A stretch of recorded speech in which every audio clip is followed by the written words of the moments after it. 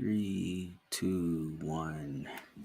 Hey guys, this is Bruce, and welcome to Convocourses podcast. Every week, what we do is we just have open topics where we talk about cybersecurity, GRC stuff, any other topics that you guys want to talk about.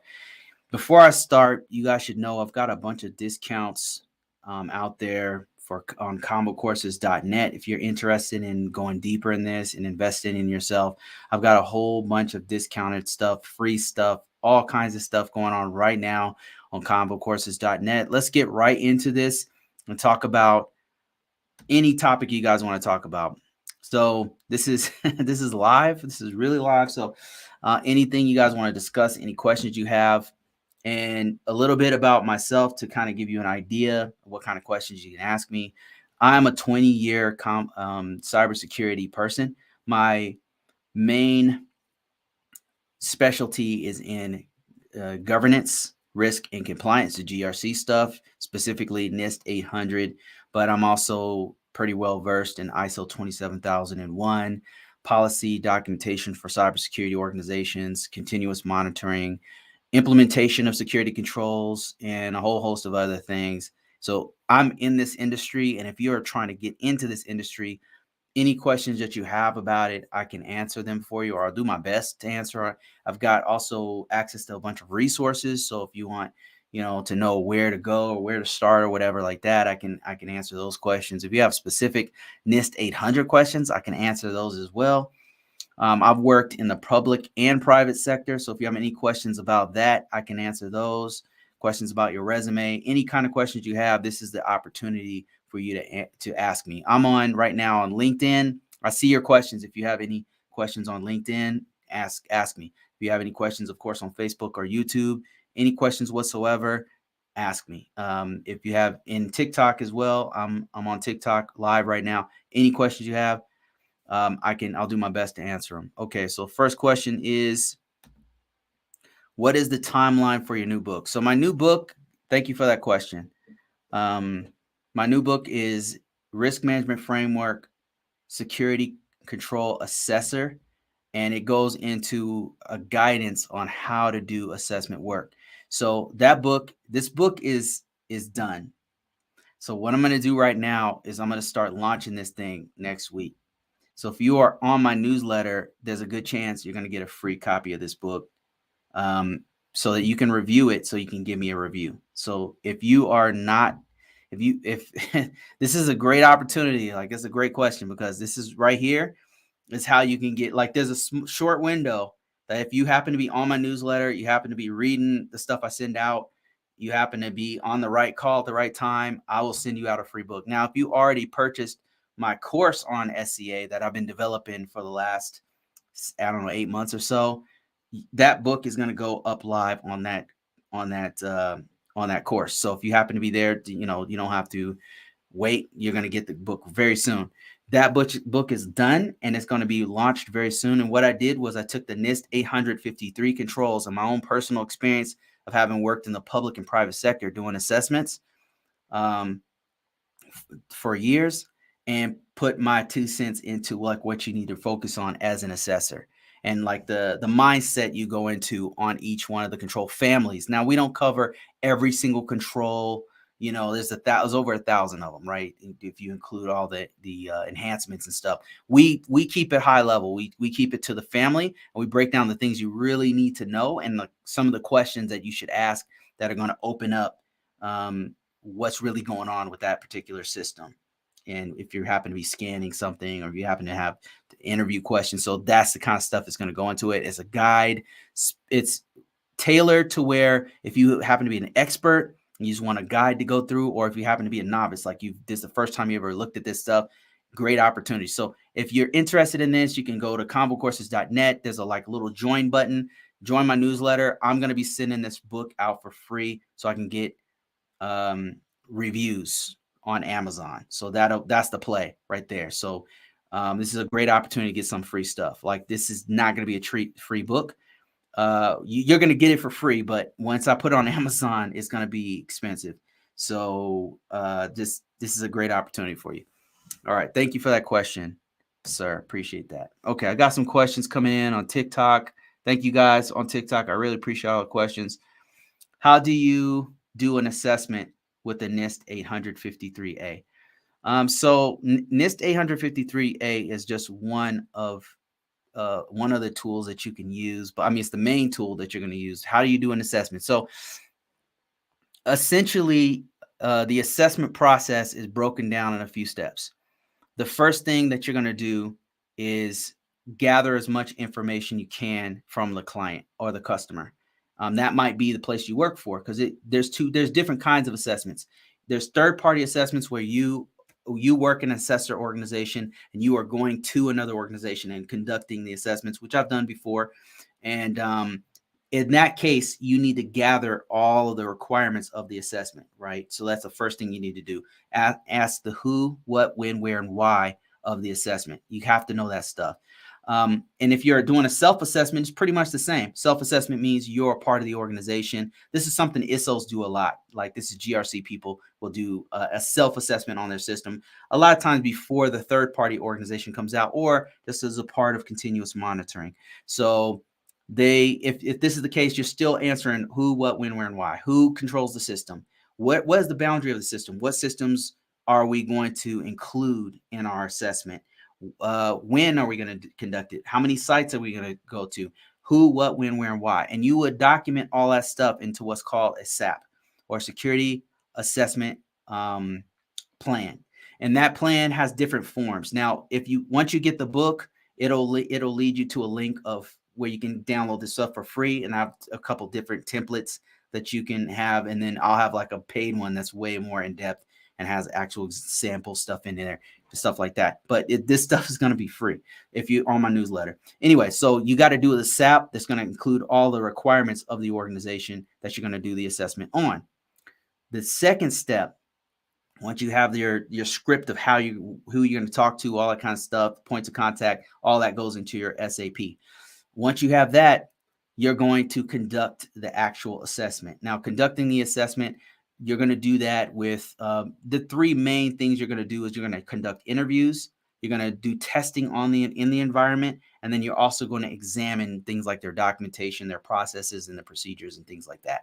So once you are going through and examining all that stuff, now using the NIST 853, where this comes in is when you're conducting it, the NIST 853A, which stands for assessment, is going to guide you through what objectives you should see. Now, if you look through that document, it'll tell you exactly. It doesn't tell you exactly. So here's where the book comes in, because it doesn't tell you exactly like what to look for. If you happen to be doing an assessment on, say, AC controls, access controls, AC controls. If you happen to be looking through those, it doesn't tell you what like questions to really ask. It doesn't tell you like what specific documents really you should look for or points of contact. My book does. My book says, look, you need to talk to the best people for the technical part is going to be this group of people, the system administrators for this. If you need to know about operations, you're going to talk to this manager right here. Here's the questions you should ask. It's going to go into my book's going to go into stuff like that and kind of put it in layman's terms so you can understand it. Because one of the things about the NIST 800 group of books is that they're very convoluted. Anyway, the way they're written is kind of, it's like an abstract for a university or something. But mine is it's real world examples. So now that you've got your SAP, you've conducted the assessment, the next thing you're going to do, all this is in the 853, by the way.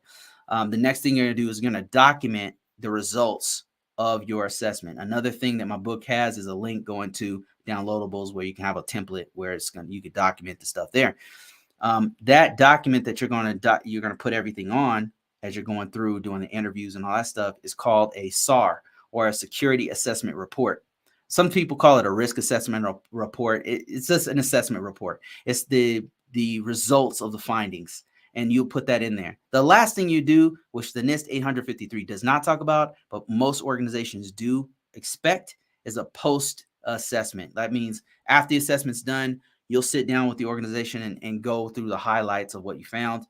And sometimes you'll give them the opportunity to do a rebuttal, because if there might be false positives in there might be things that maybe the scan didn't correctly do. So you would give them your initial assessment report, And then they would go through it and say, nope, this is wrong right here. Like, why did you put this here? Or this isn't our system. And you would go through, if it was legit, you would make corrections. My book covers that stuff in layman's terms so you can understand it and breaks everything down. But that is how you do a NIST, a actual assessment using the NIST 853. 853 walks you through some of the stuff I'm talking about. And so it's a really great document, by the way. Very thorough document. All right, so I got some other questions here. I was pretty long-winded on that one, but I'm just trying to answer these questions thoroughly. Let me see. I got another question on YouTube. Thanks. I bought your last 2 books, and I've been adding a new one to my collection. Awesome. Thank you so much for your support. I appreciate that, man. So get on my newsletter because I'm about to release this one for free so I can get some. The reviews, when I get those reviews from you guys, it really helps me out a lot for this ongoing book sales on Amazon, because I don't have all of Amazon here, right? So there's some people just shop on Amazon. When they're on there and the book pops up and it has reviews and saying like, this was a good book, this helped me out, or whatever. And that's how a lot of the sales will come from that. So that's why I'll need those reviews. But that free book is coming, so just stay tuned. Sign up for the newsletter. It's already 4,000 strong, so it's going out real soon. If you want a copy, somebody said, I'd like a copy. If you want a copy, like I said, go to convocourses.net. There's a little button that says sign up for a newsletter. Sign up for that. All it's going to ask for is your name and your email, and then that's where I send out. I also send out jobs. Like, I get all these jobs. I can't use them. I'm already employed. So I'll send it out to my group and say, look, this is a work from home position. This one's in the state of Texas. This one's here. This one's there. And all these recruiters are constantly contacting me and saying, hey, you want this job? And I'm like, nah, I'm good. But I'll send it out to my network, and that's you guys. If you join my newsletter, I'll send out those like maybe once a week. Sometimes I won't get enough, or collect them after 2 weeks or whatever, and I'll send them out to you guys. How do we get the book? Sign up. Splunk or CrowdStrike? Which one are you picking for your IDS and IPS? Splunk is an IDS and IPS? From my understanding, Splunk is this a trick question? Are you trying to test my gangster or something? Or am I just dumb?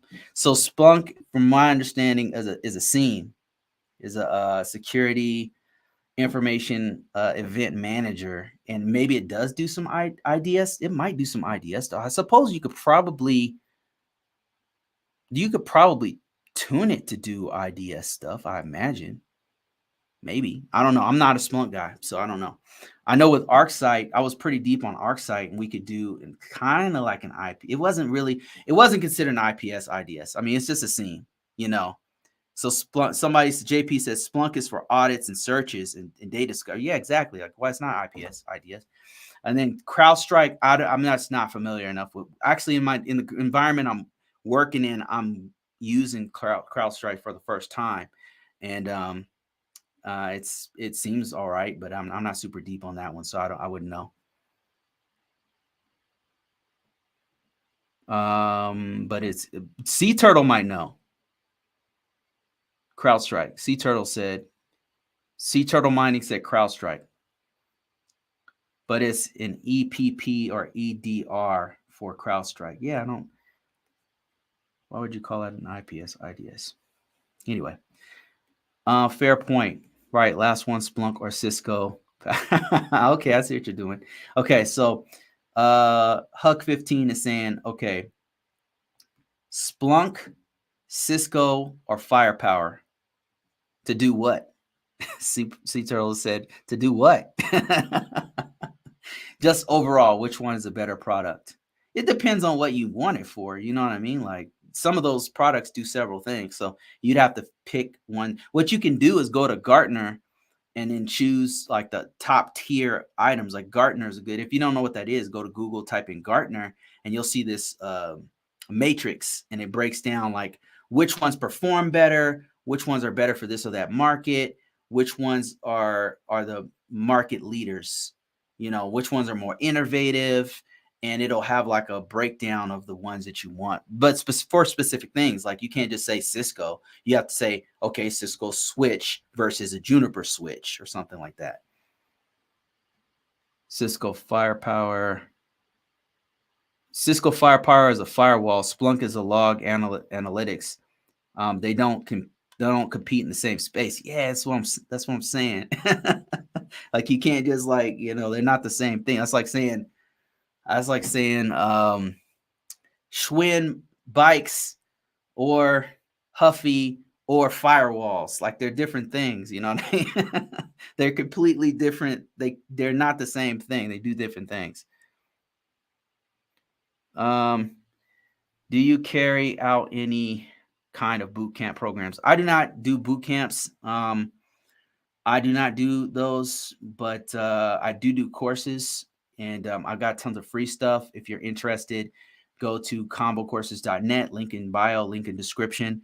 Check it out. Go ahead, just go through and you might see something that you might like. Let me see. I want your t-shirt. Yeah, somebody got me this. I don't remember who. I don't remember who gave me this shirt, but it's very fitting for me because I do need a lot of space. Sea Turtle said, if you want a firewall, go Palo Alto. Yeah, Palo Alto is kind of killing the game right now with firewalls. Tell them to use a Windows firewall. No, don't tell them that. Reason that's funny is because Palo Alto is it's an enterprise level firewall. It's no joke. It's a layer 5 firewall. It covers ports on your whole infrastructure, whereas Windows firewall is a host-based firewall. That's for one system. I mean, you could probably put it on all the systems in your environment, but it's for one system and it protects certain things on that system's host-based firewall that has limitations, but it's effective for that one system. Let me see. I take Palo Alto all day. What are y'all thoughts on Checkpoint? So what do you guys think? Checkpoint or Palo Alto? I'm pretty sure it's going to be Palo Alto. Sea Turtle said Palo Alto. See, that's a legit comparison right there. Let me see. I'm looking for more questions. Okay, I got some questions on YouTube. Let me see about these. Hey, Bruce, guess what? I made it to the final round. It's going to be a 4-person technical panel focusing on teamwork, PCI, and SOC 2 knowledge, stakeholders, and problem solving. How do I prepare? So let me set everybody up. So this has been an ongoing thing. This has been great. So about a couple weeks ago, maybe last week, it wasn't that long ago actually, Joe jumped on and he says, "Hey man, I'm in X state and I've been trying to get this job. I'm going from this path to this, and my current job's about to let me go here real soon. Like, how do I?" So he got with me and I fixed his resume. So he listened to what I said, he fixed his resume, and then he posted it out on a couple platforms, right? Is that right, Joe? You posted it out. You listened to what I said, posted on platforms after we tightened up your resume, and then he start getting contacts. This is what I've been doing for years, by the way. If you're interested in this, go to convocourses.net. I've got a book on this. I got tons of free. My resume is out there for free. The resume that I have used for years is out there for free. But if you want to go deeper, if you want to invest in yourself, go check out that book, which right now is highly discounted.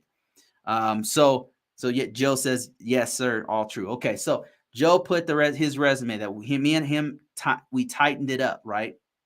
Put it out there, and now he's getting calls, and then he landed an interview, and now he's on the second or third round of interviews, and he's about to kill it. So Joe, now don't stop. Don't put your eggs in one basket. Like if these guys drop you, because remember they're interviewing several people, but you're interviewing them as well. You might not want to stay here. This might not be. You might be able to get more income. So don't. What I would do is keep looking until they give you what's called an offer letter. That's what you're looking for. Offer letter is going to be who you are, what day you start, how much they're going to pay you, what benefits they're going to give you, and all you got to do is say yes to them, and then you got the job, and then you start on that day that it says on the offer letter, right? So that's what you're waiting for. Until then, keep looking, keep looking. Um, don't, like, one of the mistakes that a lot of guys make is to just think that just because you're getting interviews, that's the end of the show. I've done many interviews and didn't get a call back, and I could have swore after the interview I had the job, and I didn't. So you got to keep going. Don't stop until they give you that offer letter. Then once you get the offer letter, you can go ahead and turn off all of your, on dice.com or Monster or whatever, just turn them off, and then people stop contacting you for a bit. But another thing you can do is just leave them out there and then just keep getting offers and see what comes up. You never know. But if you don't want those temptations and you've got a good solid job, then turn them all off and then you're good. The moral of the story is don't stop looking until you get the offer letter. And then your question was, how do I prepare? So you prepare by looking at their job description. What you're going to do is this goes for anybody out there who's going for a cybersecurity or an IT position where you're on a panel or anything like that. They pretty much are, they're pretty much telling you what they're going to ask you. And what you're going to do is they're going to ask you about PCI and SOC knowledge. Go through that. They're going to go through I can tell you this, all of the people on the panel are going to have your resume in front of them. They're going to go through it with a fine-tooth comb. You need to know your resume better than they know it. And what you want to do is practice your own resume. Practice everything on your resume and ask yourself questions from your resume. Questions that you would ask somebody with that resume is what you want to ask. Resume is one source that you want to go through. Another one is their actual job description. Go through that with a fine-tooth comb. If they're saying we need somebody who's PCI compliant, PCI DSS, you need to know everything about PCI. Go research and refresh your memory on PCI DSS. Refresh your memory on SOC 2. And your experience and the actual process that's supposed to happen on the PCI DSS site. Go to the PCI DSS website, download whatever they have, read through, so you know off the top of your head what to say, and you're not. And here's another thing. When you go to the panel, don't pretend you know everything. So one of the big mistakes that a lot of people are tempted to do because they don't want to make any mistakes is to just start making stuff up. Do not BS them and do not make stuff up. If you really don't know, just tell them, no, sorry, I'm sorry, I don't know, but I would love to find out by going to your organization. I would love to find out on the job because I'm really excited to learn more about PCI DSS. I did it once for X amount, X bank. What we did was X. We did this and that with this customer or this client. We solved 2 or 3 different systems problems. Like, you're going through like what your experience is, but you can't answer their question, but you would love to go deeper into that realm. That's what I did. They asked me, the last job I got, the current job I have, I bombed part of the resume. I had 3 different resumes, 3 different interviews. I bombed part of the interview, and I had 3 different ones, and one of them I bombed it because he kept asking me all kinds of cloud questions. I didn't know. I'm not a cloud guy. So my extent of my cloud experience is just the compliance side of cloud, FedRAMP, stuff like that is what I know. But I don't know how to configure a PAAS or whatever, or an IaaS or, systems as a service, or I don't know how to do those, right? I've been meaning to learn it, but I just haven't gotten around to it. So anyway, I know some of the jargon or whatever, but not, anyway, they're asking me all these technical questions and I'm like, man, I can't. So what I did was I didn't BS them. I said, no, sir, I don't know those questions. I have not implemented a cloud infrastructure. I've not implemented a cloud solution before. However, my experience is in FedRAMP, and that's just start going into what I've done with cloud, but I would love to learn more is what I would say. What I want to do is get into your organization so I can learn more of that technical cloud stuff, so I can learn how to implement those cloud solutions on AWS or whatever cloud solution there is. So that's what you're going to do. And I wish you luck, man. I think you got it. But even if you don't get this, you got to keep looking, Joe. Keep on looking. Do not stop looking until they give you that offer letter. Hope that answers your question. and good luck to you. I've got a couple of resumes that I'm looking at right now for people. I can't take a lot of resumes, so um, so I would like to advertise it more, but I don't. It's a service, so I can only do one at a time. Right now, I'm kind of testing out what I can do and how quickly I can do it for people. What's the best certification to get after the CISSP? CISM, CISA? Another great question, sir. So I would say, as far as marketability is concerned, let's just start with marketability. If we're talking about straight up cybersecurity marketability, I could tell you hands down CISSP is the best.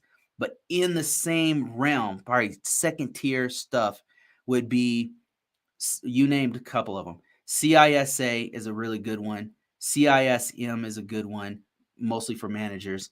Another one is that's not talked about a lot is which one am I thinking here? C-Risk is another good one that's not talked about, but that's like a second tier one. But I see a lot of my peers and managers have C-Risk, CISA, and CISM. Let me add another caveat to that, though. It really depends on what part of cybersecurity you go into. Because remember, this is not the only cybersecurity management or compliance is not the only thing that you can do. And CISSP is kind of a generalist certification. If you want to specialize, which is where the real money is, you need to go into something like cloud or networking or even application security. You want to specialize in one field. Now, if you're specializing, it's kind of a whole different ball game because a lot of times you're going after vendor certifications in some cases. So just to give you a couple off the top of my head, if you're going into pen testing, I know some people don't want me to say this, but CEH is very marketable. Now, if you want to get serious about pen testing, you got to go to the next tier, which is OSCP. I always get that one wrong, but it's from Offensive Security, and they do like Kali Linux. All those Kali Linux ones are really, really good, really effective. Another one is GPen. That's a pretty serious certification for pen testers and ethical hackers and things like that. Red teaming, that kind of stuff is what you want to, if you want to go that route. For let me see, another one would be networking. I know we talked about this one before, but if you were trying to go into networking, you're a security person and you want to go deeper into networking, you want to specialize in that, then it's going to be all vendor certifications. It's going to be either Cisco, Juniper, or VMware. Those are the top three in the US. If you go to other countries, I'm sure it's different. But for Cisco, it's going to be a CCNA. You go from, they don't call it CCENT anymore, but CCNA, and then you go to CCNP, and then you go CCIE, which is expert level. And then Juniper has the same tier structure, and then I think VMware also has the same tier structure. So that's two different groups of certifications that you could specialize in from security, and each one of those has a security specialization. And if once you get to that point, you're making really good money there, and those are highly, highly marketable and targeted certifications, just to name a few. All right, let me see. Let me answer some questions here on TikTok. Just so you guys know, like, I'm not ignoring you. I'm on 3 or 4 different platforms. So I've got TikTok over here. I've got YouTube, LinkedIn, and Facebook over here. And I'm just answering questions. And that's what we do every Saturday at 1 p.m. Mountain Standard Time. And we just go through each one of these questions. We talk about how to get in this field. We talk about certifications. We talk about cybersecurity, hacks and stuff that's happened in the news. That's the kind of stuff that we go back and forth on. Let me see. Somebody said, "What do you do for work?" So right now, I'm called an information system security officer. Essentially, what that is I do governance, risk, and compliance. I'm making sure that an organization's network is compliant with NIST 800 controls, rules, and regulations and standards.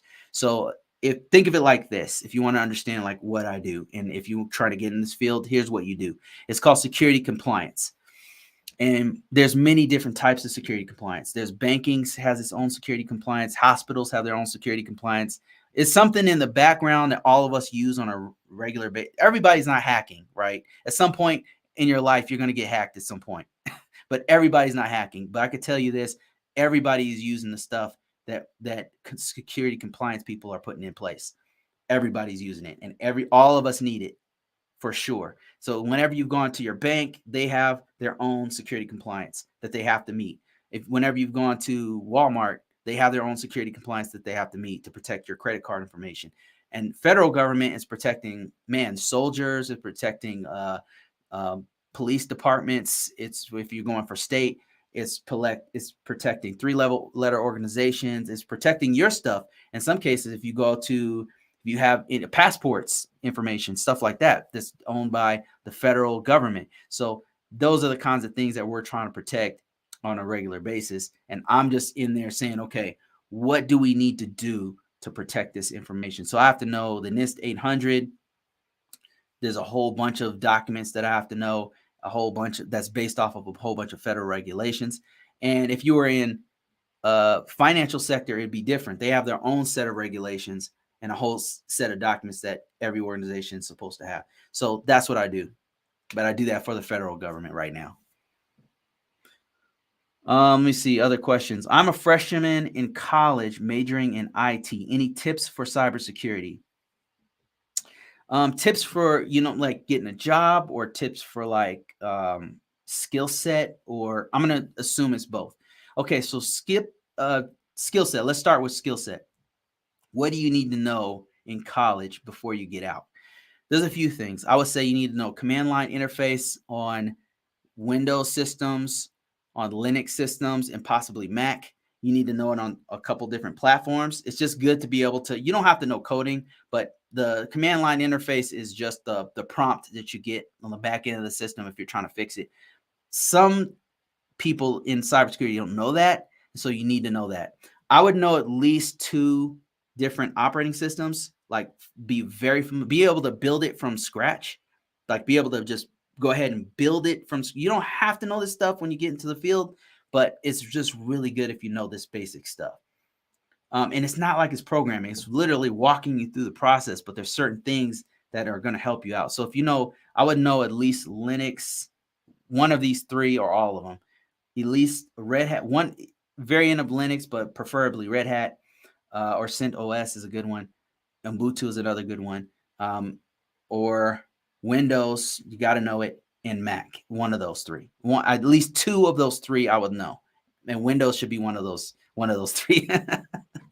Know how to install it and how to configure it, like basic stuff.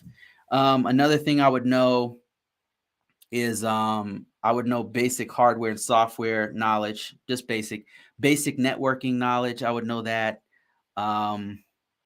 Cloud technology is super hot right now, and I would definitely mess around with ChatGPT. I would know those things. Now, if you're trying to get into this field, what I would recommend you do is what I tell all college people, is to get experience before you get out. And you might be saying, "What? How am I supposed to do that? I have a job. I'm already working in school. I'm studying." The way you do it is volunteer. You can volunteer at the school. Volunteer at the school. Sometimes they'll have these things where they'll image systems. They'll need people to image. That means like erase the system and start from scratch and fix it. They'll have people, I don't know, monitoring the network or whatever. They'll have people installing applications or removing applications. You need to volunteer your time, and that way you can put that on your resume. Another thing I would recommend you do is put a resume out. I would put, if I was you, if I could go back in time, what I would do in college is I would already put my resume out. Even if you got all you have is skills on it, that's enough. Put the skills on there. And what you want to do is you want to go and put that resume up on LinkedIn, on Dice, on Monster, and on Career Builder at the very least, but I would put it on like 20. What you're doing is you're already putting yourself out there. You're already saying, here's my skill set. I'm going to this college. I'll be done in 2024.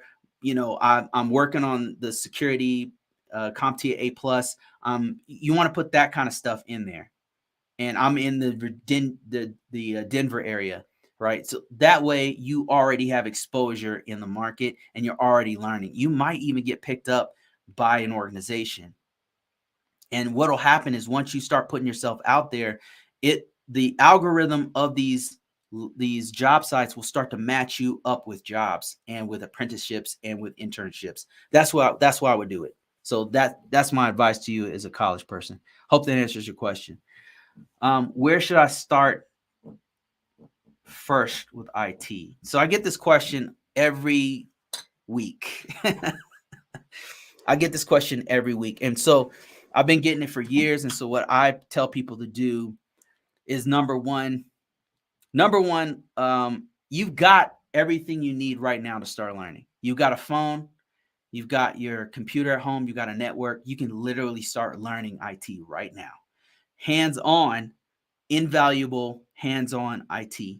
You got to get the knowledge in your head. You got to start getting the interest to where you get the skill set to understand what's going on. You got to work through problems, start doing problem solving. This is what we call a geek, an IT geek. You got to become an IT geek.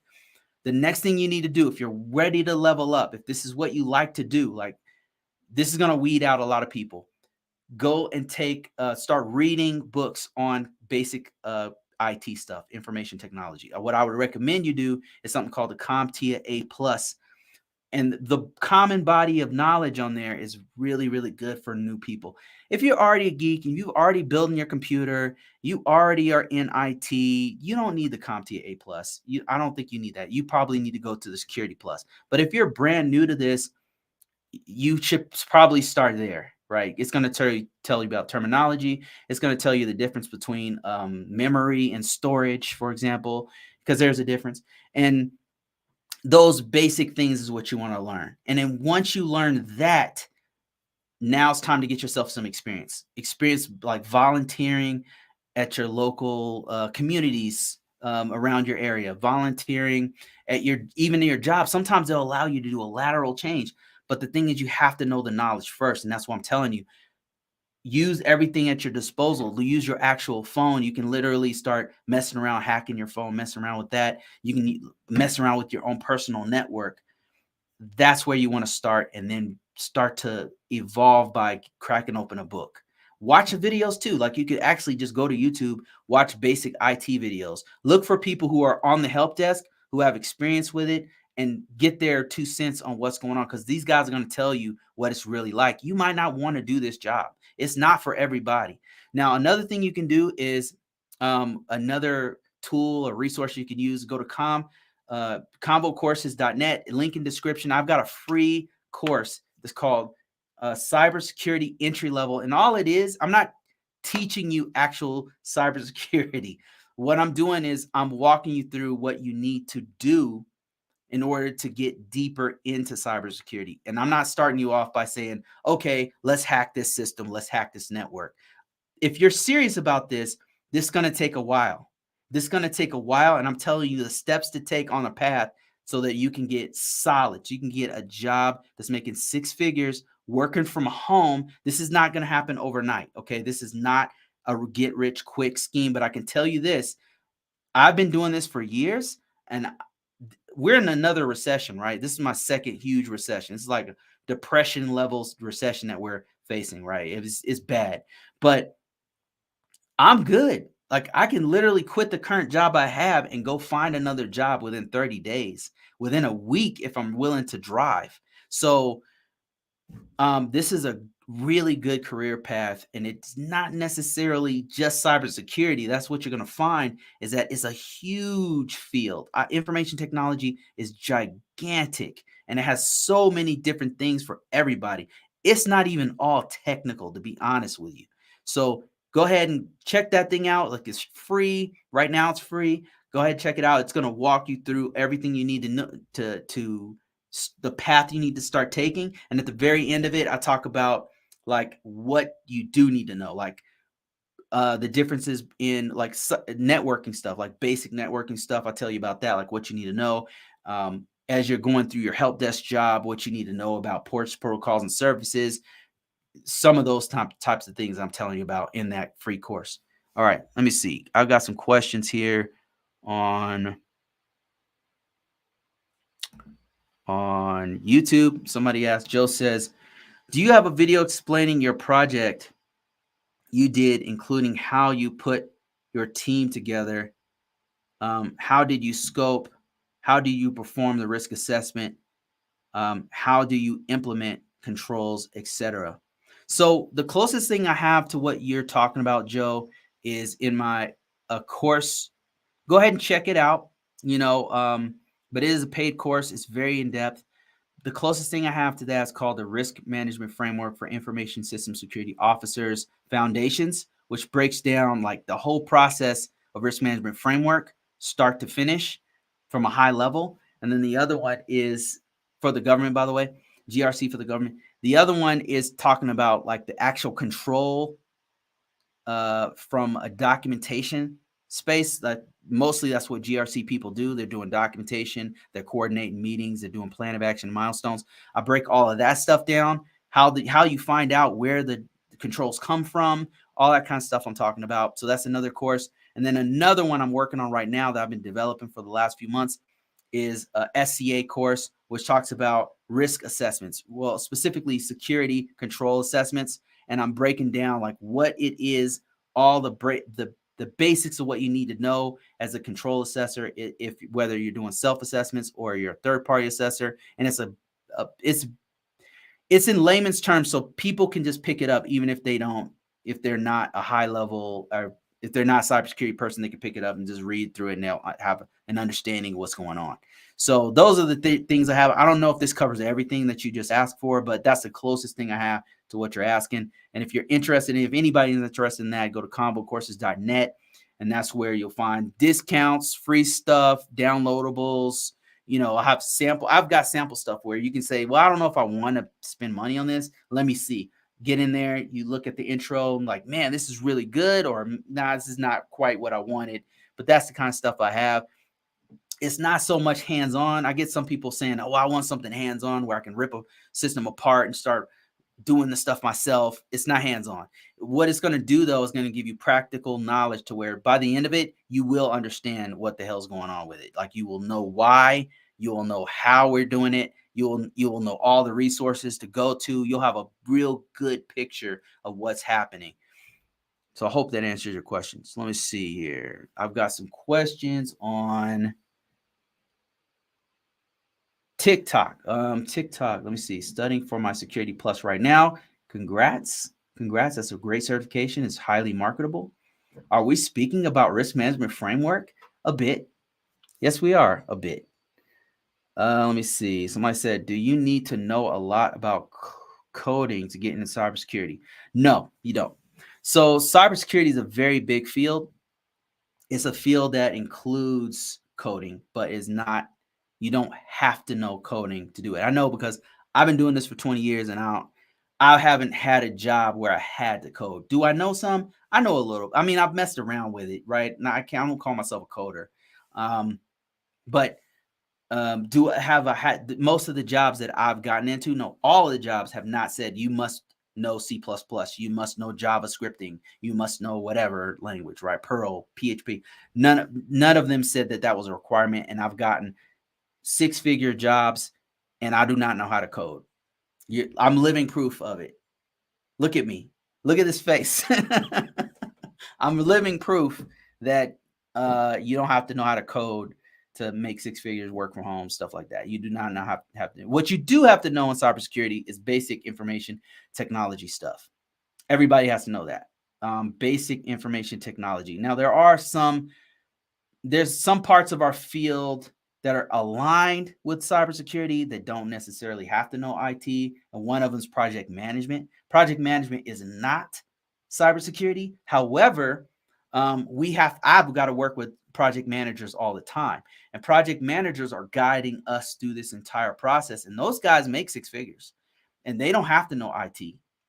And the learning, I don't know if the learning curve is super hard for them, but they do not have to know the stuff I know, which is basic information technology. Everyone must know that because cybersecurity is a branch of IT. And then that branch breaks off even more into different things. Now, there are parts of cybersecurity that need to know it.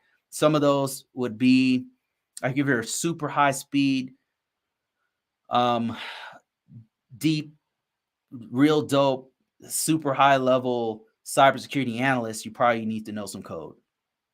but not even all those guys know code. If you are a application security guy, you have to know some code a little bit.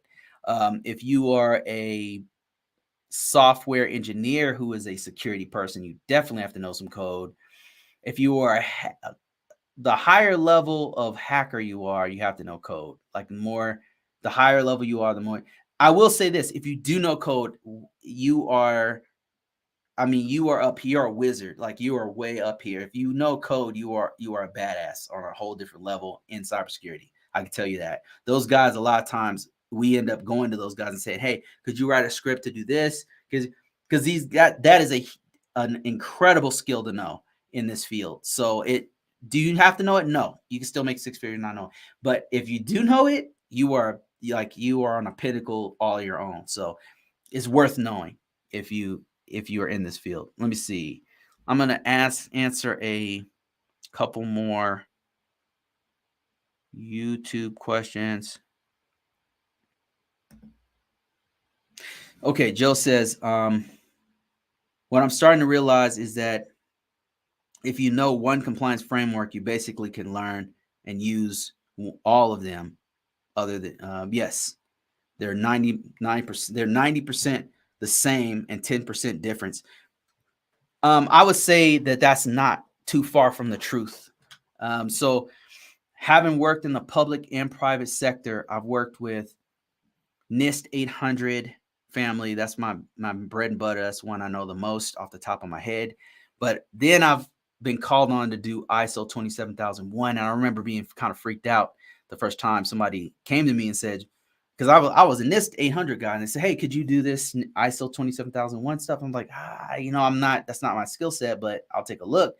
And I took a look at it. And I'm like, this is the same stuff that's reworded.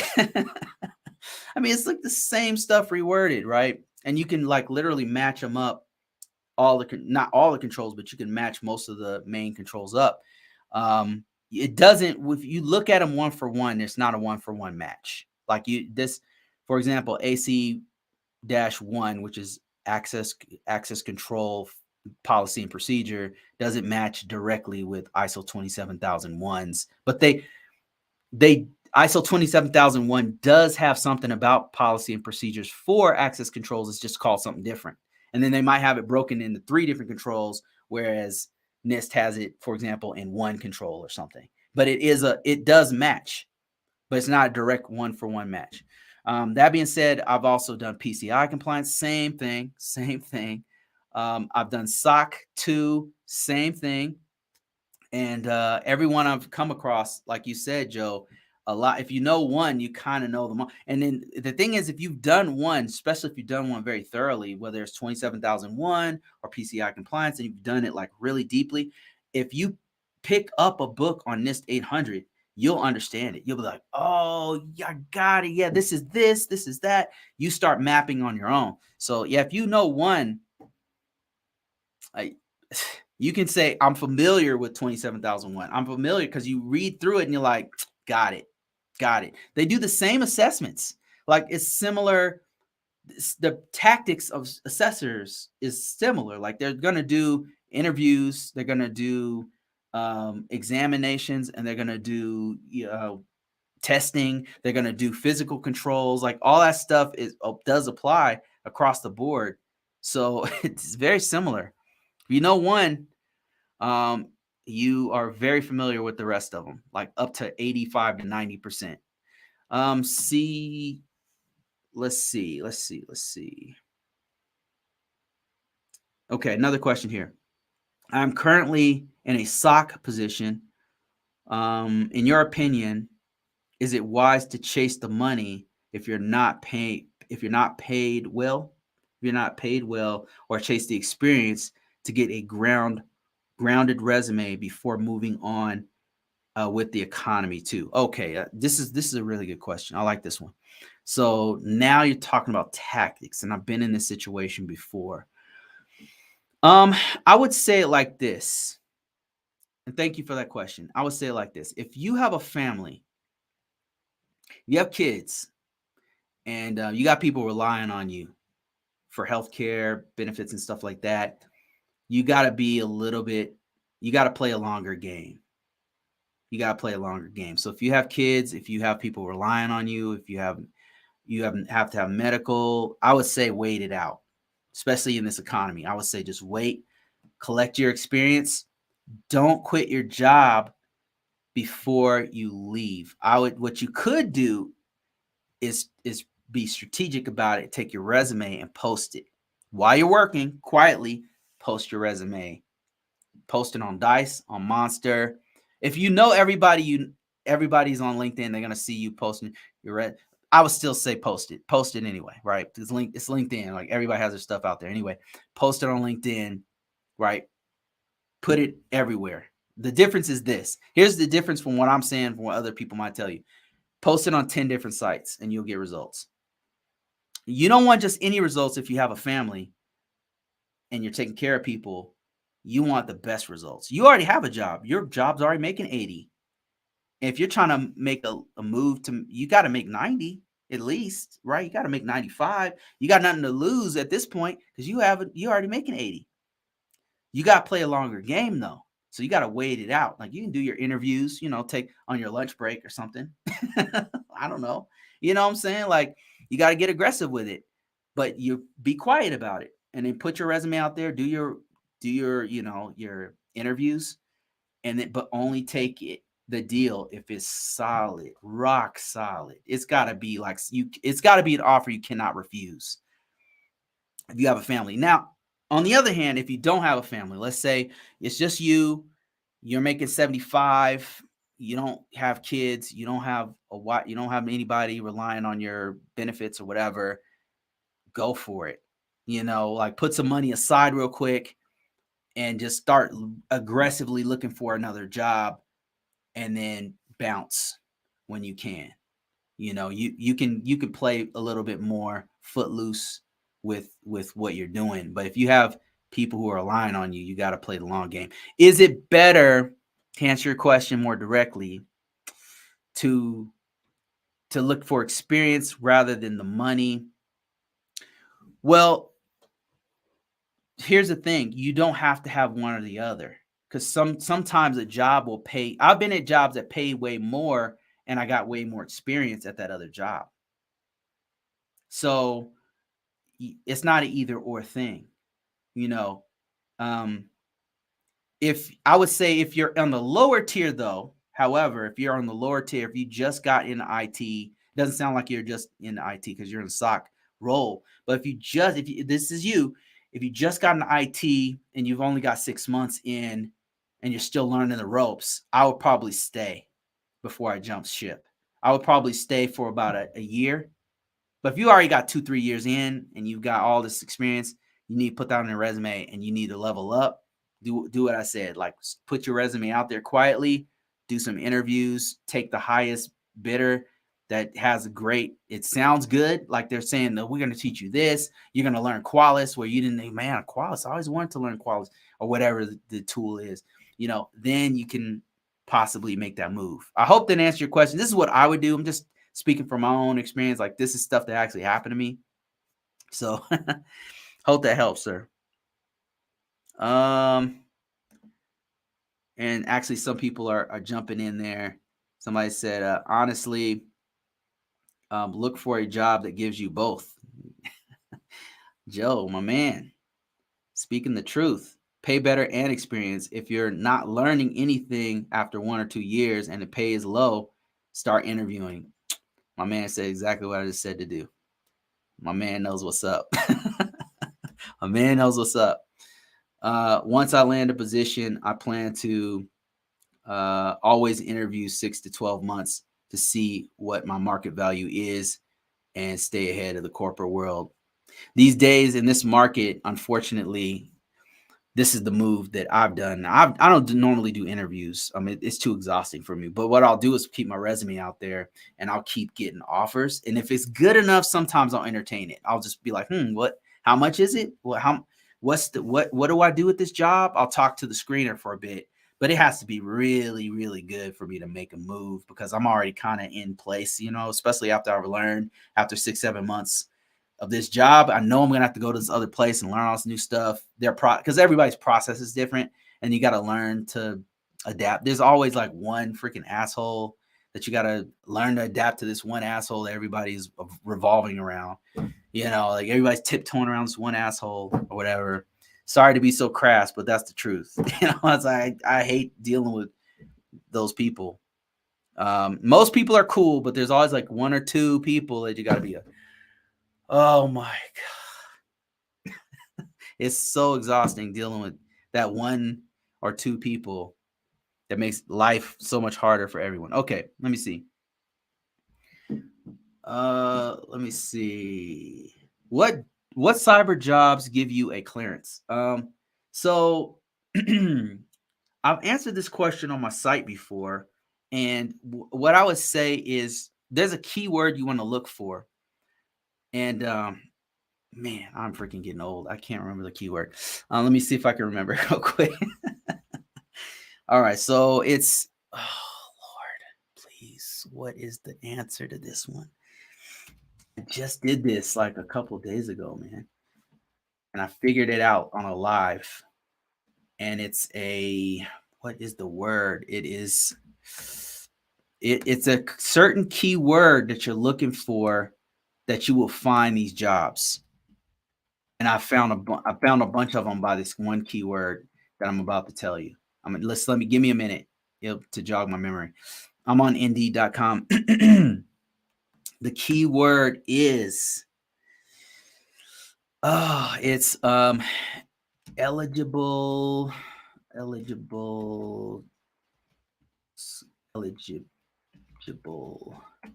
security, eligible for security clearance. I think that's what the keyword is, but let me just check real quick.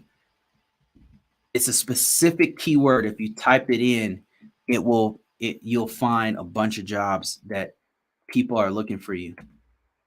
They're looking for people that are eligible for a secret clearance, and then they're going to bring you in and give you a secret clearance. That's what I'm talking about. So let me see. For security, let me just say IT jobs. IT jobs. I'll know it in a second. Give me a minute. It's like eligible for security clearance, something to that effect. And I think that's what it is. And let me just kind of show my screen on what I'm talking about.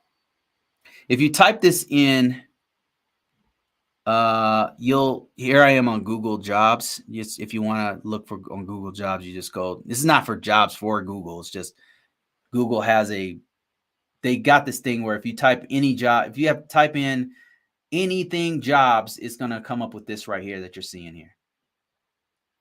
And then I just typed in eligible for security clearance. Let me show my screen over here.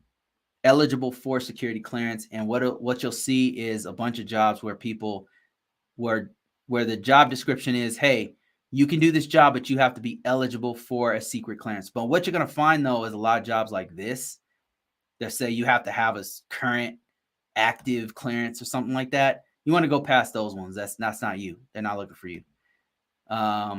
You want something like, let me see if I can find one real quick. They're you got to go through this. They're kind of hard to find, but they are there.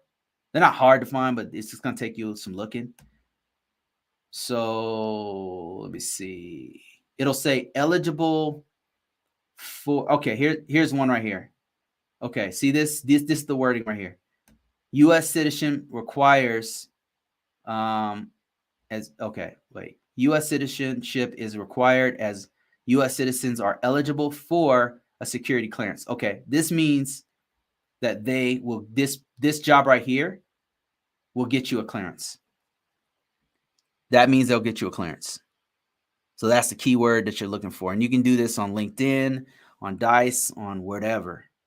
And those jobs right there, they'll get you what they're looking for is somebody who's, so okay, let me explain it. Eligibility for secret clearance means that you're a U.S. citizen. That's it. And the clearance I'm talking about is secret clearance and TSA clearance and above. There's different caveats and all this kind of stuff. And SCI clearance and all kinds of other stuff. But you got to be a U.S. citizen for that. That means either naturalized or born in the U.S. That being said, even if you're a immigrant, right, and you have a green card or whatever, you can actually look for jobs that are looking for you. Because if you put in green card, there's tons of IT jobs that are looking for, even cybersecurity jobs looking for people with green cards. And it's not the end of the world because you can still get a clearance called public trust. Public trust is not a real clearance. Okay, it's not a real. It's usually kind of lumped into clearances, but it's called a clearance, but it's not a clearance. It's not. That being said, somebody who has a green card can get a public trust in a lot of jobs. And public trust is not always federal. Federal does have them, but also state has them, and banks and all these other organizations have a public trust. Means that they need to be able to trust you with their information, whether it be banking information or hospital information or whatever. And so they just do like a criminal background check on you. Like they don't want a bank robber protecting their bank. You know what I'm saying? I mean, it's kind of stuff like that, So hope that helps you. Let me see here. I'm going through some more questions here.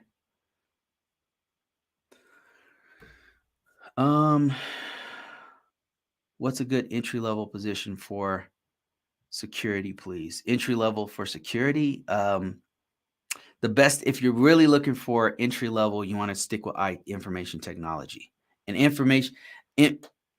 You can find cybersecurity jobs, right? And I can't sit here and tell you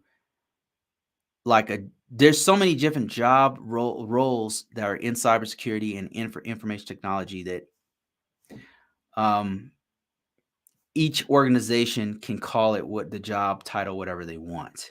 That being said, the best thing you can do is look for a job that's going to where you can do some cybersecurity in it, regardless of the role. But how do you find, your better question would be, how do I find an entry level position? How do I find an entry level position for IT would be the smartest choice. To be honest with you, it would be the smartest. Now, if you specifically want cybersecurity, I can show you how to do it. Here's how you do it. I apologize for the screen, but it's going to be a little bit ugly right here on TikTok anyway. Let me show you what I mean. Okay, so here I am on TikTok. I'm on I'm answering the question on TikTok, but let me show you on one of the search engines how you want to do this. All right, so let me switch my screen here on YouTube so you guys can follow along. Let's say you want an entry-level job. So first thing you need to understand is that not all entry-level jobs mean entry-level does not mean no experience. All right. You're not going to find a lot of jobs that want zero experience. That being said, let's try some stuff. So here we are here, and let's first of all change the location to anywhere. Let's change the location to anywhere. Right now it's keyed up on Colorado, which is where I'm at. So let's just go anywhere. So you can choose any place here and start filtering jobs. Number one. Number two, we want to look for, let's just type in, the smart thing to do would be to look for IT entry level jobs. That's it. This will be, because this is going to really open up the jobs that are available to you in your area. Location is going to be anywhere, or you want to choose whatever organization or in whatever state or whatever.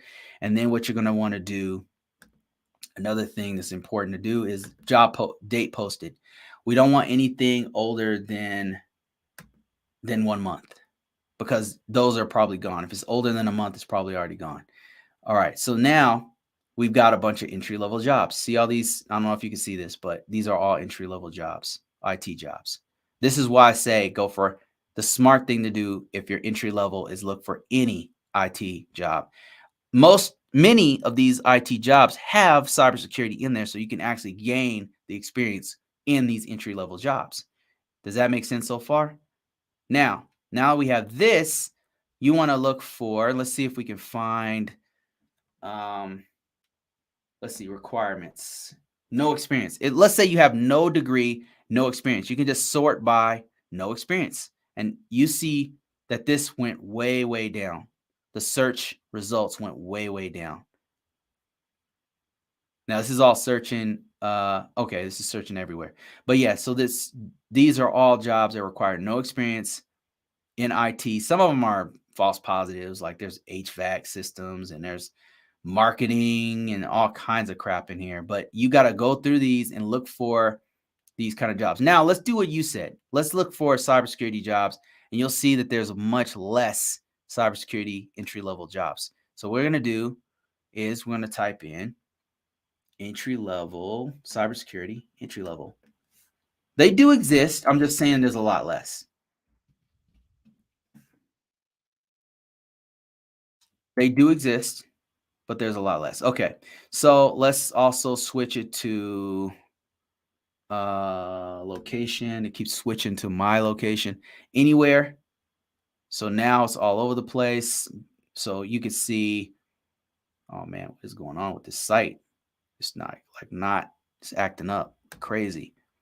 Okay, here we go. I had to skip that Java thing's dropping down. All right, there's a junior. So you'll notice jobs like this, but when you go into it, let me show you what I mean here. Oh yeah, this is a junior level. We're looking for one junior level person with 8 years of experience and shit. Really? No. But anyway, 2 years plus of experience. That's what I'm talking about. See, normally cybersecurity jobs are gonna be something like that. Here's another one, junior. This one's a junior level cybersecurity person, right? You would think, oh yeah, okay, maybe it's 6 months of experience. No, I don't think so. Experience with federal. Okay, so all of them are looking. My point is they're looking for experience. Now let's look for some with no experience. Well, let's go to requirements. No experience, no degree. Do they exist? They do. They do. They do exist. It's just there's a lot less of them. Here's a few right here, and you'll notice a lot of them are in the VA, Virginia area, East Coast. There's only 3.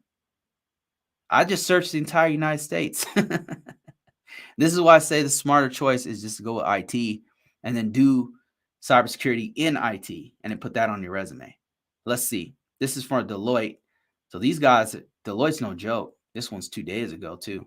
This is a good ass job right here if you happen to be in this area. But look, they also want experience. They want experience with scripting, 2 to 3 years experience in 1 to 3 years of experience in incident response. And I typed in no experience and no degree, and it's still asking for experience. Look, no experience and no degree. It's still looking for experience. It's going to be much easier. I hope that answers your question or gives you some idea. Like if you're really looking, if you're really serious about this, then what you're going to want to do is look for a job in IT in general. And then when you get in there, if you can get your foot in the door, then get the security. You're gonna do security stuff in a basic IT job, and most of them you're gonna do something. You just got to know how to identify what you're doing as security, and then put it on your resume. And if you're curious about that, you can go download my free resume, my real resume, the first iteration of my resume. I'm gonna release a more current version of it soon, but there's a free one. Go to link in bio, link in description, download it, check it out, see how I word this stuff, and I'll give you an idea of how they want cybersecurity resumes. Hope that answers your question. All right, let me see. I got some questions on YouTube. Sorry to keep you guys waiting. It says, facts. I do GRC paperwork all day remotely. Huge field. Yeah, this is what I do too. GRC is hot. It's really, really good stuff.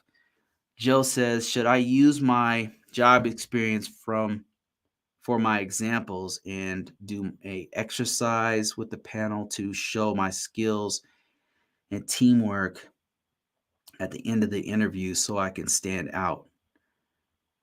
Should I do a exercise? No, I mean, you don't have to do anything fancy, Joe. excuse me, when you go to the resume, uh, how do I keep calling the interview resume? When you go to the interview, when you go to the interview, um, just answer the questions that they have. You don't have to do demonstrations unless they ask you, to do one. I wouldn't do anything crazy. What they're gonna want to know, what's gonna make you stand out is your demeanor, because a lot of times teams just want somebody they can work with. You don't want to pretend you know everything. Um, you don't want to be belligerent. You just want to be calm, show what you know, show your maturity, and that kind of thing. One of the things that I've done that always works is to tell people I'm used to dealing with difficult customers. And then I give them examples. I cite examples of dealing with difficult customers. And the reason why that works well is because cybersecurity lends itself to dealing with difficult customers. A lot of people want to get in this field, but they don't really know what they're asking for. One of the huge cons of cybersecurity, unless you work in a closet and you're doing nothing but firewall rules or whatever, and network engineering on a router or switch or something, nobody ever sees your face.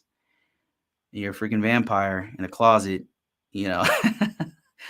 I have to deal with different customers, clients. I have to deal with upper level managers, and some from time to time C-level execs, directors. I've got to deal with my peers. I've got to deal with other technical people from other organizations, and I have to talk to them at their level, right? I have to understand what they're asking for, and I got to see things from their eyes, and then I gotta switch gears and then talk to some managers and ISOs and my peers and stuff. And one of the most impressive things that you can do as a cybersecurity person is show your versatility and your communication skills, because that's going to be the most important thing that you bring to the table as a cybersecurity guy, particularly if you're doing any kind of GRC work, because we as GRC people have to figure out the balance between getting the organization to conduct the mission and the business right effectively, but also being in line with whatever compliance that we have to do. So it's a balancing act. And what I'm doing is explaining to them that I know how to walk that line. I know we have to do a mission, but I also know that we have to protect our system, because if we don't protect our system, how can we have a mission? But at the same time, we don't want to tighten control so much that we're strangling our business and our mission. I articulate that by telling them I know how to communicate with people. I know that sometimes there's some things we can't put on the system because it's going to kill our mission on our business, but there's something we can do to mitigate that. And so that's what I'm telling them. I'm showing them, look, I'm willing to work with you. And I've dealt with difficult customers who couldn't take no for an answer, So, and I would just cite examples of that. Your most important skill to answer your question is going to be your communication skills. Period. And then whatever questions they ask you, go ahead and answer it. Let me see. Before I answer that question, let me see what's going on with TikTok. Are you very technical? I'm not very technical. I know how to use Tenable. I'm pretty good on Tenable. I know what I'm looking at with vulnerabilities. I guess it depends on what you call technical. I guess it's in the eye of the beholder. I would not consider myself very technical because I know technical guys. You know what I mean? I know I know, and I can't even come close to these guys. So I know guys who can set up a large network from scratch. You just give them some requirements and they can set it up and have this network here talking to something in Austria. You know what I mean? I know people who can do that. So I'm not even close. I don't consider myself technical. What I do know technically is I know Tenable. I know how to use Qualys. I know how to use scanners. I used to build SIEM systems from scratch, but that was a long time ago. It was a different lifetime, So I know I will say this. if somebody gave me a vulnerability, I would have an idea of how we can either fix or mitigate it, and I would know how to articulate, how explain how we can document it in such a way that it can get past assessors. And that's a really good skill. Let me see. I do RMF and I don't consider myself very technical, and that's why I ask. Yeah, I don't consider myself very technical. I mean, I know I'm talking to technical guys. Can I fix a computer? I mean, yeah, I can do basic things, you know. I can I can do basic things, man. But you guys see me. I don't know if you guys have jumped on me early. Sometimes I'll turn my live on early and I'm struggling like an 80-year-old man trying to fix my my TikTok live or something. Like I have challenges. So but yeah, I mean, on certain things, I guess, you know, I can figure stuff out, but I don't consider myself technical. Um, Thoughts on audit, internal auditing. Do you mean, so in my space, we don't call it internal auditing, we call it a self-assessment. I'm assuming that's what you mean. So a self-assessment is something I've done quite a bit. Self-assessments is where we're looking at the security controls within our organization, and me as one of the subject matter experts on cybersecurities, this on the policy side of the cybersecurity. I'm looking for things like, are our documentation up to date? Like, is it up to date?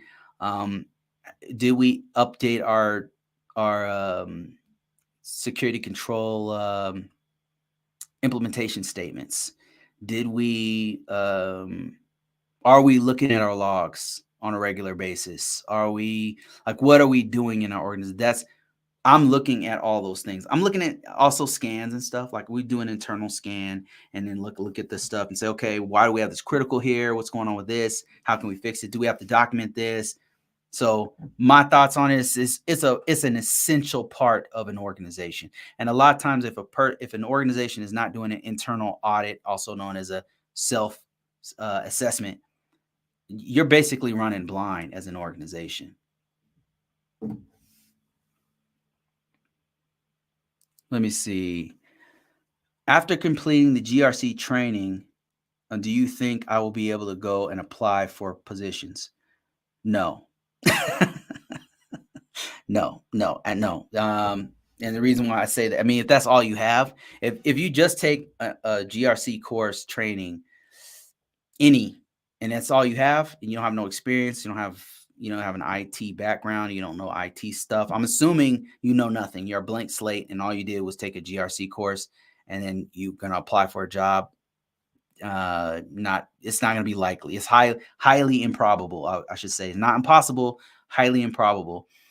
You're gonna have to come to the table with something, right? It's just like, would you go to a person who just took a tax course and then do your taxes? Like, would you give your taxes to that person who just took an 8-hour tax course? No, you wouldn't, right? That's important information. It's the same thing. Like, as a GRC person, as a cybersecurity person in general, they're looking for somebody who has experience, at the very least, a solid handle on information technology. Now, if you happen to have worked in the help desk or on customer service, walking customers through technical issues, if you happen to be doing laying cable, you have a very good entryway into this field, because now all you have to do is expand your knowledge of IT and include GRC. Now, that guy could probably take a GRC course and get a job doing GRC, especially if they have a good solid understanding of IT. You could probably take a course and do that. Now, there's a couple things you probably need. I would get a Security Plus. That will help you out. A degree wouldn't hurt you. I would read up on GRC stuff besides the course. Go and read like NIST 800 if that's what you're doing, or PCI compliance. Put that on your resume. That might get you in the door with some experience. I did help desk when I went into cyber. Yeah, me too. Help desk was my first position, my first job, as it is with most most of us.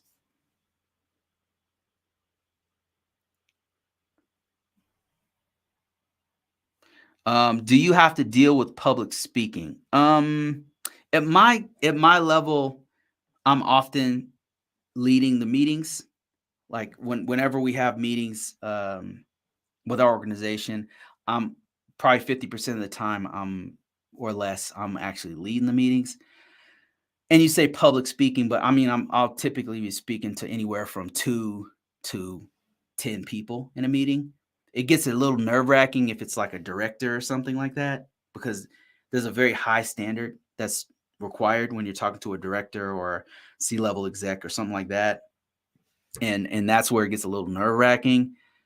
So it's um public speaking. I don't know how public it is, but uh but I have to be able to explain what's going on. Two different an audience of a mixture of different experience levels. So I have to speak in layman's terms so everybody can absorb it, and then I have to be able to go a little bit deeper into technical stuff, and then go, keep it high enough level to where we can get through this meeting and move on to the next thing, and then maybe have offshoots. Sometimes like we have to go more technical, so I'll have another meeting with a technical person, and then we'll go deeper into like the weeds of what we need to do to fix that thing. Let me see. Joe says, uh, just a for your information, everybody use GPT and put your current resume in with job description, and you want to ask ChatGPT to tailor your resume to that job, and you'll see how you pivot into that IT job. Yeah. So that's one thing you can do is use ChatGPT. That's one of the things I've showed on one of my videos on how to do that. And that is a super effective tool. And I would say, like, people are kind of on the fence about whether or not ChatGPT is going to take over the world or something like that. And I stand behind my statement in saying that I don't think it's gonna, make come back from the future and kill Sarah Connor or anything, but it is gonna be something that's invaluable to all humankind. I think it's the impact of ChatGPT and things like it is gonna be the same level as as what social media has done to us in phones. And I don't know, how good it is, but we rely very heavily on our phones now, you know, very, very heavily on the phones. I think it's going to become probably as prevalent as, because the thing is, ChatGPT, I don't know if you guys knew this, but it's right now it's the fastest growing technology ever. Faster than YouTube, faster adoption than the internet, faster adoption than social media. It's going everywhere. The speed of it is something I've never seen in my lifetime. I've never seen anything like this. And the power of this tool it's actually terrifying. It's actually terrifying. It's actually very scary. And I think that I don't think it's gonna I don't think it's gonna take your job, but I think somebody with the with skills in ChatGPT is gonna take your job. Yeah, it's it's crazy. It's crazy good. Yeah, all you got to do is let me show you guys real quick demonstration. Here's ChatGPT right here. So all you got to do is you can take any job description whatsoever, copy paste it right off of Indeed.com or wherever. Let's take one of these jobs that we were looking at earlier. Let's take this job right here. I just randomly chose a job. Here's the qualifications for the job. We're going to take this, we're going to copy it, and you can do this with your resume, without a resume, whatever. Copy it, go to ChatGPT, which is free, by the way, unless you have four. You want to play around with four, it's worth your time. And then I can say act as, you can do role based. That's what I'm doing right now. Have it act as a 20-year cyber security expert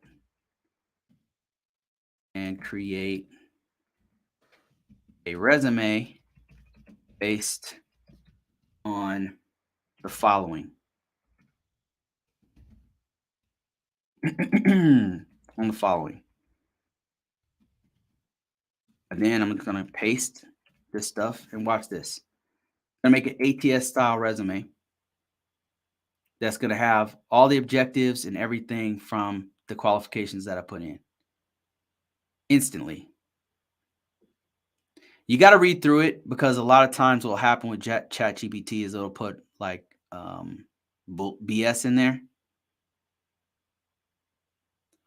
So you definitely have to read through this. It's an incredible tool.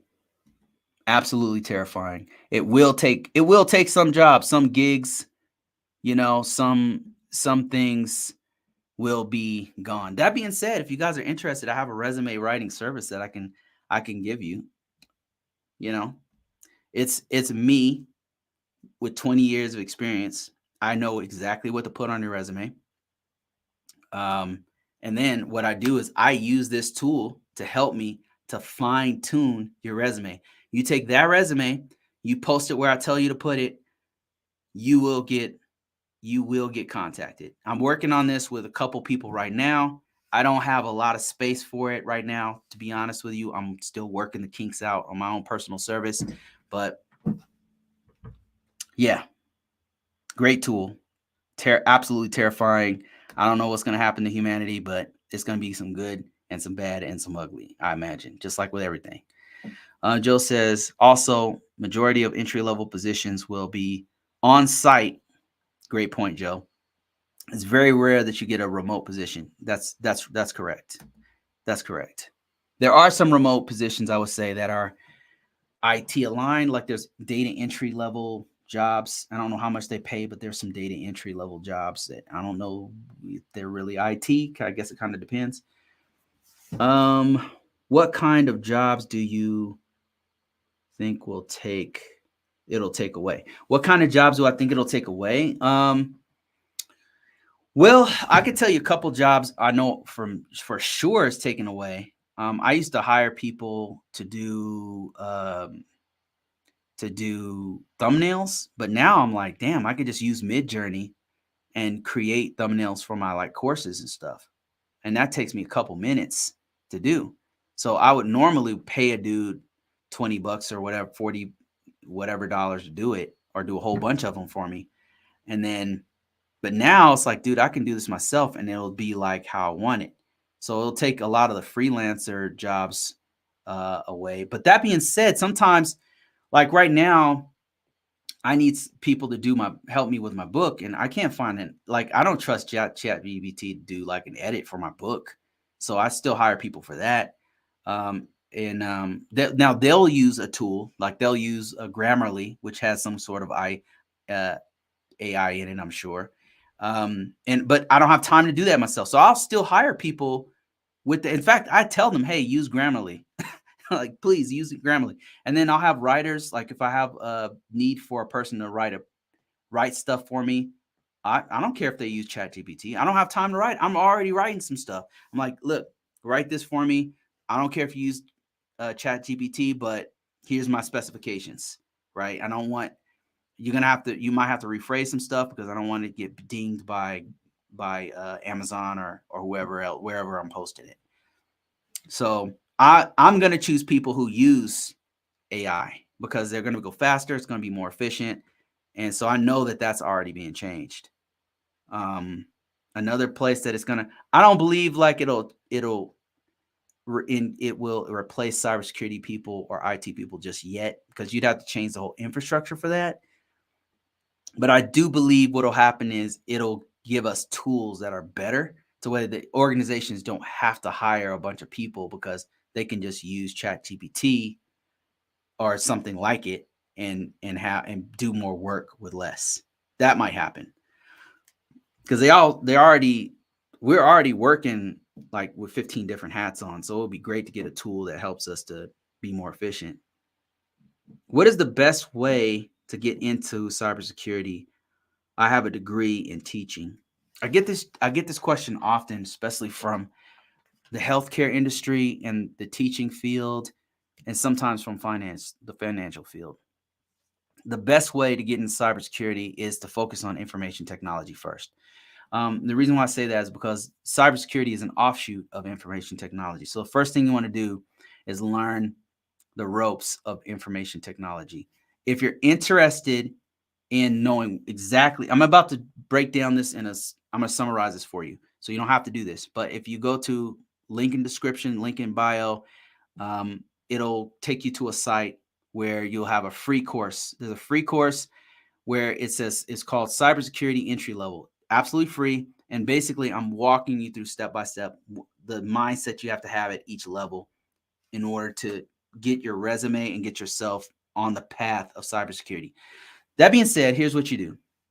If you are right now in a teaching role, what I would do is go to the administrative staff and then see if I can actually do um, help them with their IT. If you have any kind of access to any kind of communities or services IT department or IT services or anything related to their fixing their router, fixing their wireless, fixing their systems, help that organization do it. Here's the reason why. Here's why this is important.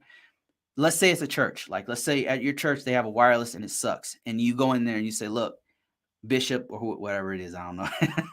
um, I can help you guys fix your wireless." That being said, you got to know how to do it, right? That means you got to crack open a book. You got to do it on your own. You got to learn this stuff. And I'll tell you resources to do that in a second. But what you do is you go to your local community. In this case, let's say it was a church. You go to the bishop and say, "Listen, this wireless sucks. Let me fix it. I know how to fix it." Go in there and fix it, improve it, put more security on it, whatever, right? Make sure you actually fix it. And then on your resume, you'll be able to say, "Help Church of Tabernacle 5 fix wireless affecting a congregation of 500 people." Like you able to put that.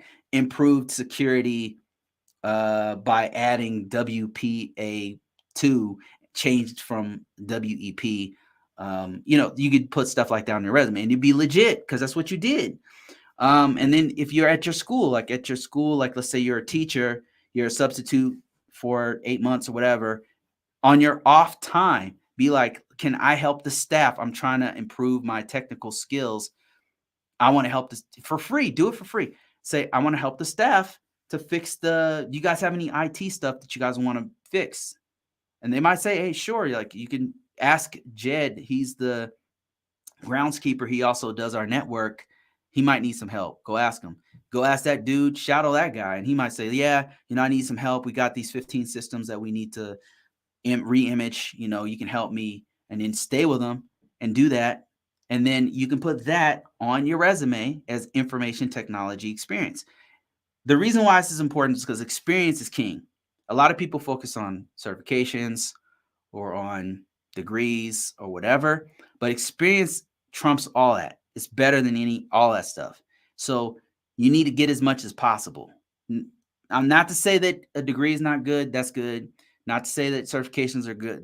That's all that stuff is to help to embellish it's the icing on the cake. So you want to get those things, but the first thing you have to get is experience. So if you can position yourself to get that experience, and if you happen to be in the hospital field, that's even better because they need people that like yourself that knows the terminology for that field. So you're already 2 steps ahead of most people. Get the experience. That's what I'm trying to tell you. Can you give me advice on my LinkedIn during your live? My goal is to land a dictatorship role, a directorship. Jerry, I'm about to cancel this me. I'm about to get out of here. I've been talking for about an hour and 30 minutes. So I'm gonna bounce real soon here. But thank you guys for watching. I really appreciate it. We will do this. I'm gonna try to do these every single day. So just stay tuned. And if you don't know where to find me, just you can go to my LinkedIn page. You can join me there. You can go on convocourses.net. Link in description, link in bio. Go ahead, check that out.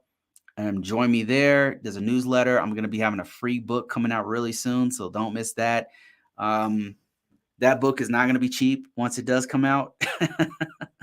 But right now, I'm giving out to my people. That's you guys who are watching me, who are signed up for the newsletter. It's going to go out for free. I'm looking for good, positive reviews and maybe some guidance. Like, hey, Bruce, like this is how you could make your book better, man. Like I noticed there was a mistake and an error here and there.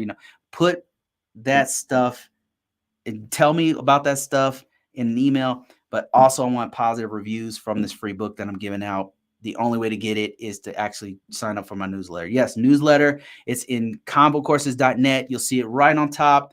You'll see it you'll see it right up top. Just join it, and then boom, you're in there. And I'm gonna send it out. And the book's coming out really soon. The book is already done. It's for a risk management framework, security control assessor. So it's not for everyone, but it's pretty good. It's a pretty good breakdown of what you do as a GRC person doing a security control assessment. I've been working on it for quite some time. But that's it, guys. Thank you guys for watching. I appreciate everybody on TikTok, on LinkedIn, on YouTube, on Facebook, and everybody else who's watching. Thank you guys for the conversation. Always a pleasure.